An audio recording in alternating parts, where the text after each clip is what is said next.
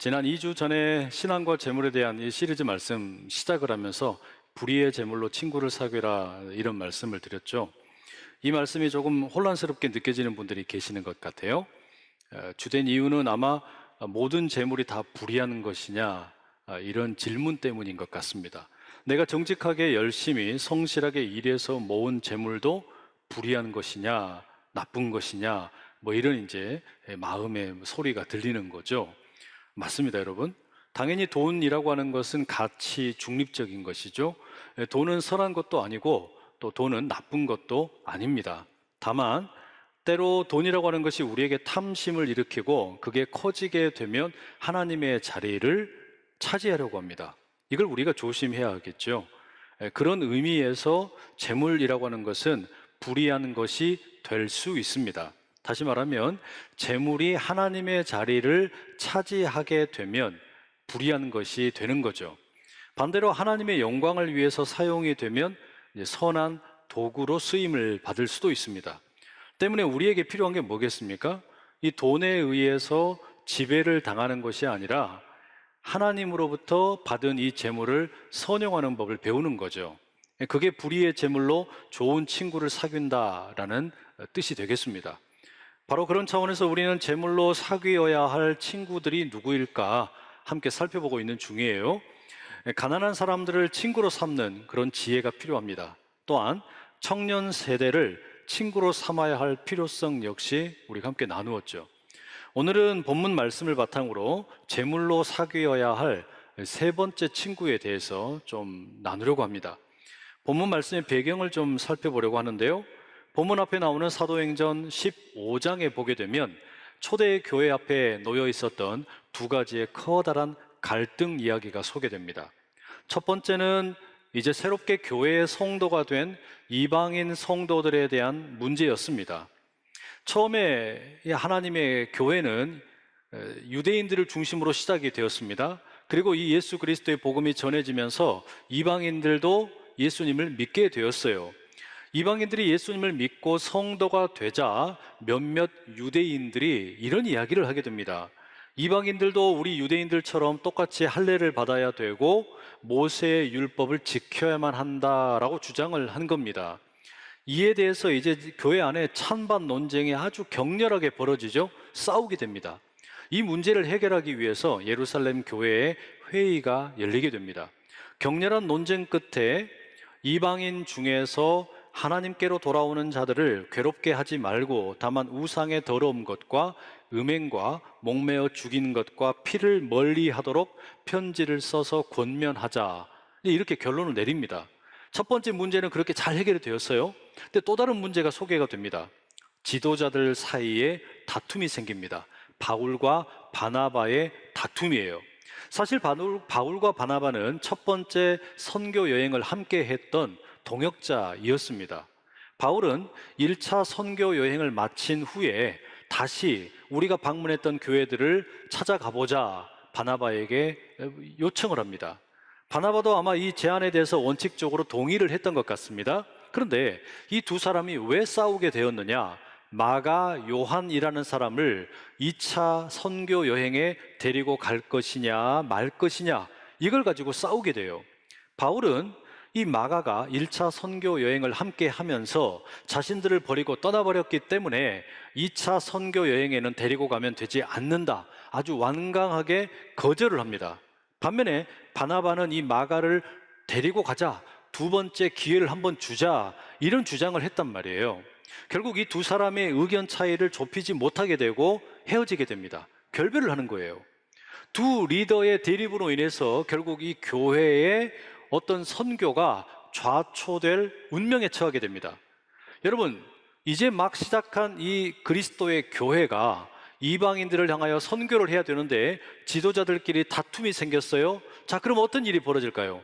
교회의 선교가 끝나버리게 될까요? 그러지 않습니다.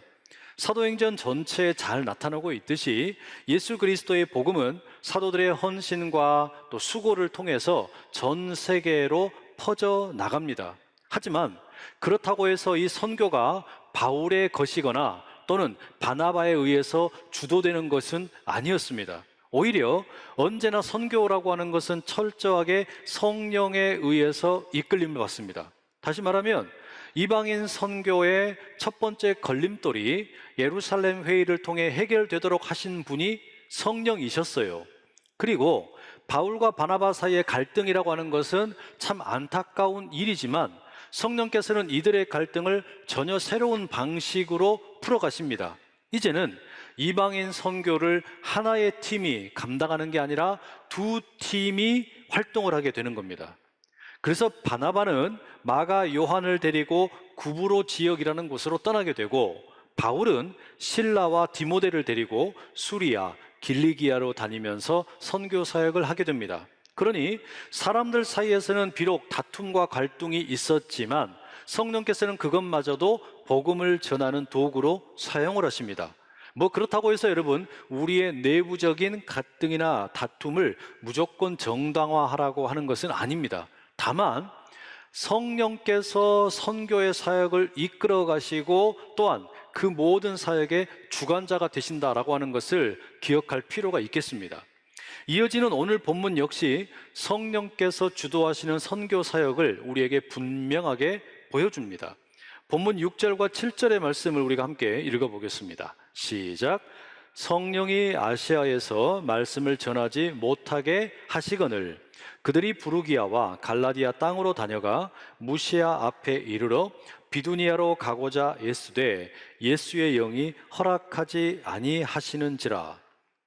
바울은 바나바와 헤어진 다음에 실라, 디모데를 데리고 아시아 지역의 복음을 전하려고 했습니다. 오늘날의 터키 지역이라고 그냥 편안하게 이야기를 드릴게요.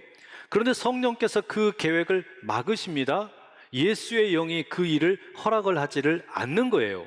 구체적으로 어떻게 막으셨다라고는 기록이 되어 있지 않지만 중요한 것은 뭐냐면 바울의 선교 계획이 자신의 뜻대로 되지를 못하고 성령께서 막으셨다는 거예요. 그게 두 번이나 그런 일이 있었다라고 본문이 적고 있습니다. 저는 이와 아주 유사한 일을 지난 1년 동안 경험을 했습니다. 여러분이 잘 아시는 것처럼 또 기도를 많이 해주셔서 무사하게 네팔 선교 여행을 잘 마치고 돌아왔습니다. 안산제일교회 창립 60주년을 기념하면서 네팔의 수도인 카트만두 인근에 있는 아쉬러여 교회에 성전 건축을 돕고 준공 기념 예배를 드렸습니다. 그와 관련된 이야기를 잠시 좀 들려드리려고 합니다. 작년에 이제 창립 60주년을 맞이하면서 선교지에 기념 교회를 세우면 좋겠다라는 그런 마음이 저에게 있었어요.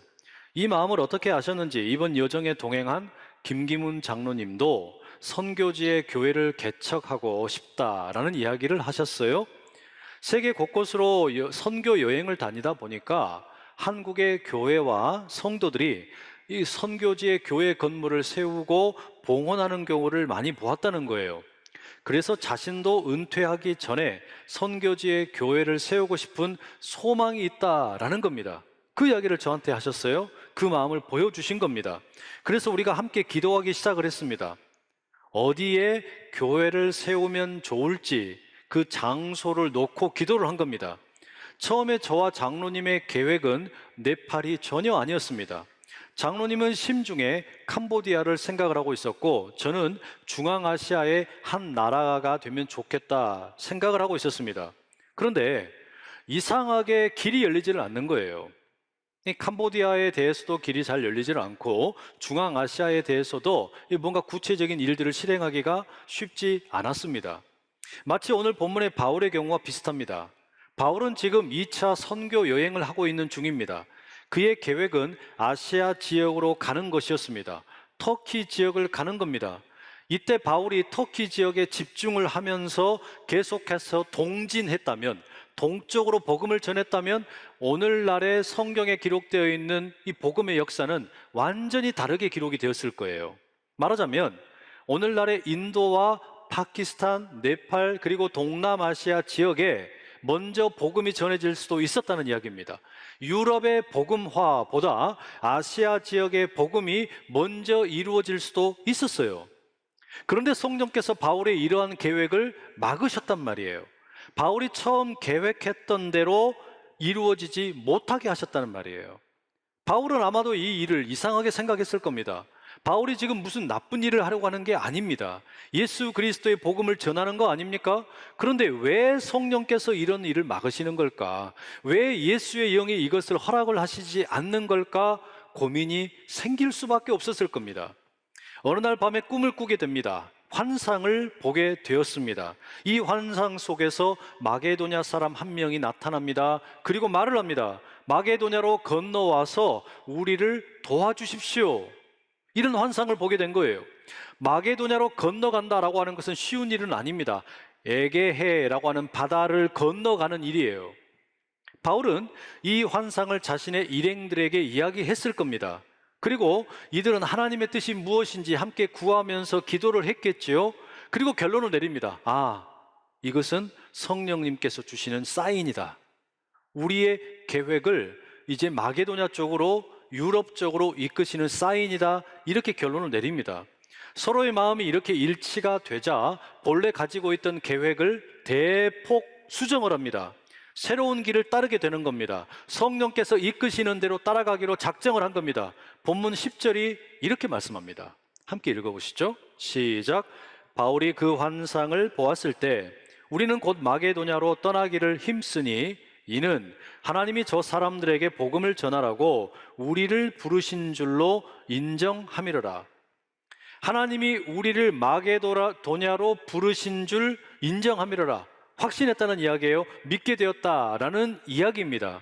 이것은 여러분, 앞서 환상 가운데 마게도냐 한 사람이 나타나 마게도냐로 건너와서 우리를 도우라, 그 환상에 대한 응답이었고 결단이었습니다. 성도 여러분, 이 과정을 우리가 좀 눈여겨볼 필요가 있어요. 선교라고 하는 것, 그리고 작게는 우리 지역에 복음을 전한다라고 하는 것, 이 모든 것은 성령의 역사입니다. 다시 말하면 선교는 우리의 일이 아니에요. 우리가 하는 일이 아니라 하나님께서 행하시는 일이라는 말입니다. 그래서 우리의 계획대로 되지 않을 때가 종종 있어요. 내 뜻대로 되는 것이 아니라 도리어 뜻하지 않는 새로운 길들이 열리는 겁니다. 왜냐? 선교는 바울의 것이 아니기 때문입니다. 교회의 것도 아닙니다. 선교는 하나님의 것입니다. 이걸 여러분 우리가 오늘 꼭 기억을 해야 할 필요가 있겠습니다. 안산제일교회 선교 역시 마찬가지입니다. 우리 교회의 사역은 담임 목사의 것이 아니에요. 교회의 것도 아닙니다. 하나님의 선교입니다. 성령께서 이끄시는 선교라는 말입니다. 또 하나, 환상 가운데 나타난 이 사람의 말을 한번 눈여겨보세요. 마게도냐로 건너와서 우리를 도우라.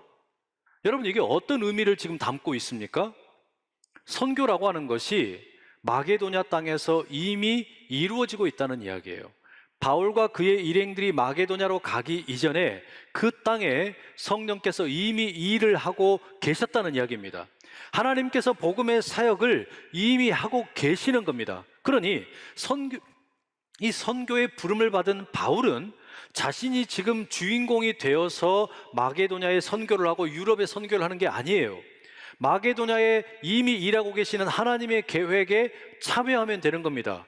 그곳에서 마게도냐 사람들을 위해 일하고 계시는 하나님을 발견하고 마게도냐 성도들을 도우면 되는 겁니다.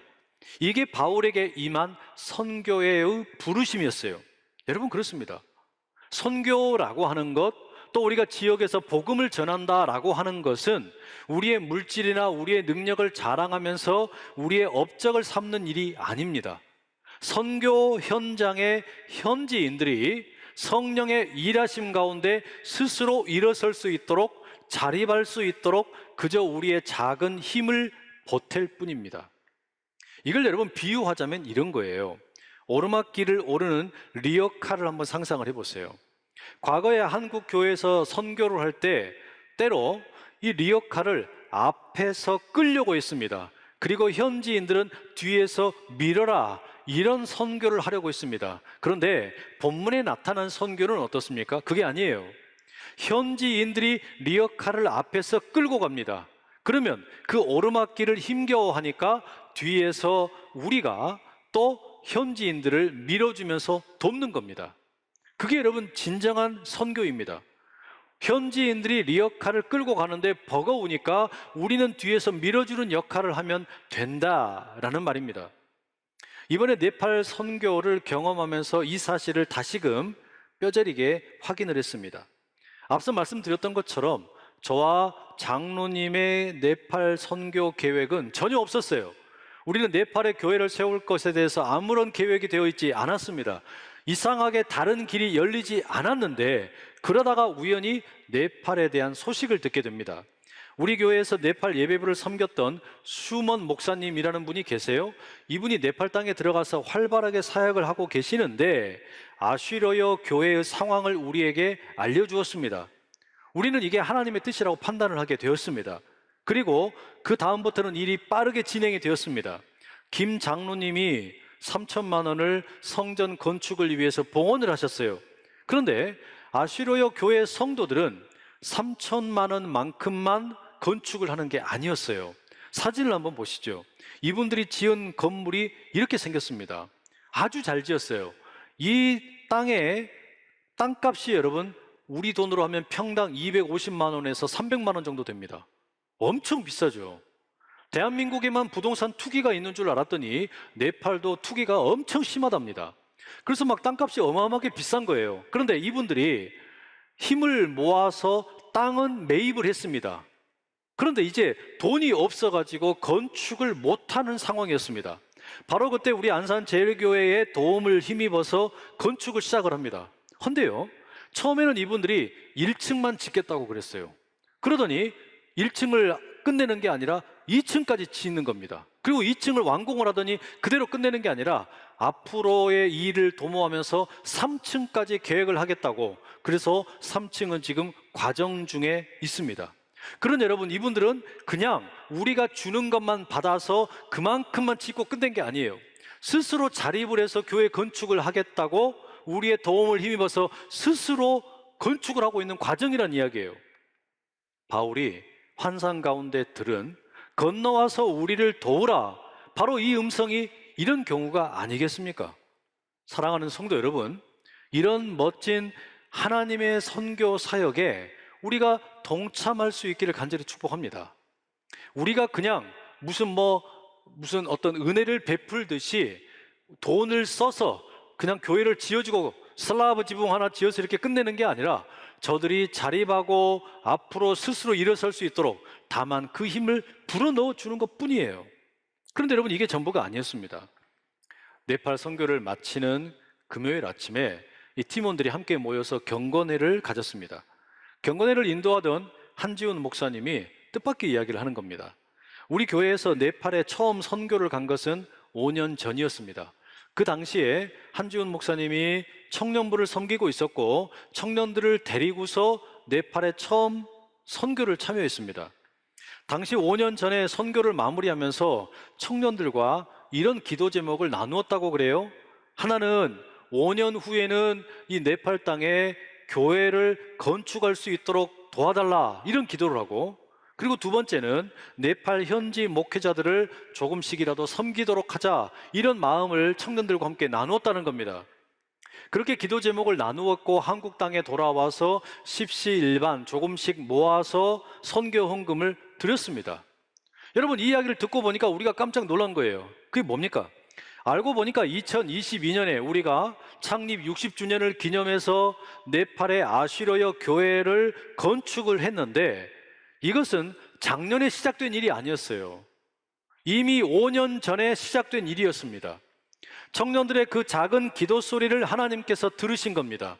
그리고 청년들이 목회자들을 위해서 돕겠다고 조금씩 모았던 그 정성을 하나님께서 귀하게 여기신 겁니다. 여러분, 여기서 우리가 뭘 배우게 되는 겁니까? 선교가 돈으로 하는 것이 아닙니다.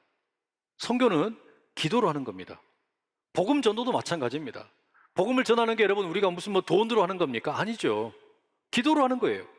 하나님의 뜻을 묻고 하나님께서 기뻐하시는 것이 무엇인지를 확인하고 그 모든 과정 가운데 그리스도의 영이신 성령께서 이끄시는 길을 따라가는 겁니다. 너무나 아름다운 모습 아닙니까? 여러분, 처음에는 마치 그냥 작은 퍼즐 조각 하나하나밖에 없는 것 같습니다. 그래서 이게 어떤 그림일까? 전체 그림이 보이지를 않는 거예요.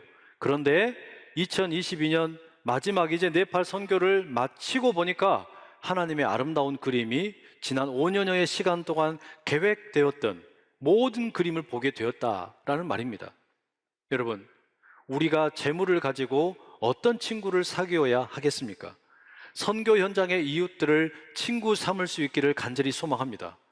우리의 이름을 드러내기 위한 것이 아닙니다. 우리의 자랑으로 삼기 위한 것도 아닙니다. 다만 하나님께서 이미 일하고 계시는 그 선교 현장에 참여하는 겁니다. 하나님의 선교에 순종하는 겁니다. 세계 곳곳에는 여전히 교회가 필요합니다. 우리가 살고 있는 이 도시에도 교회가 필요합니다.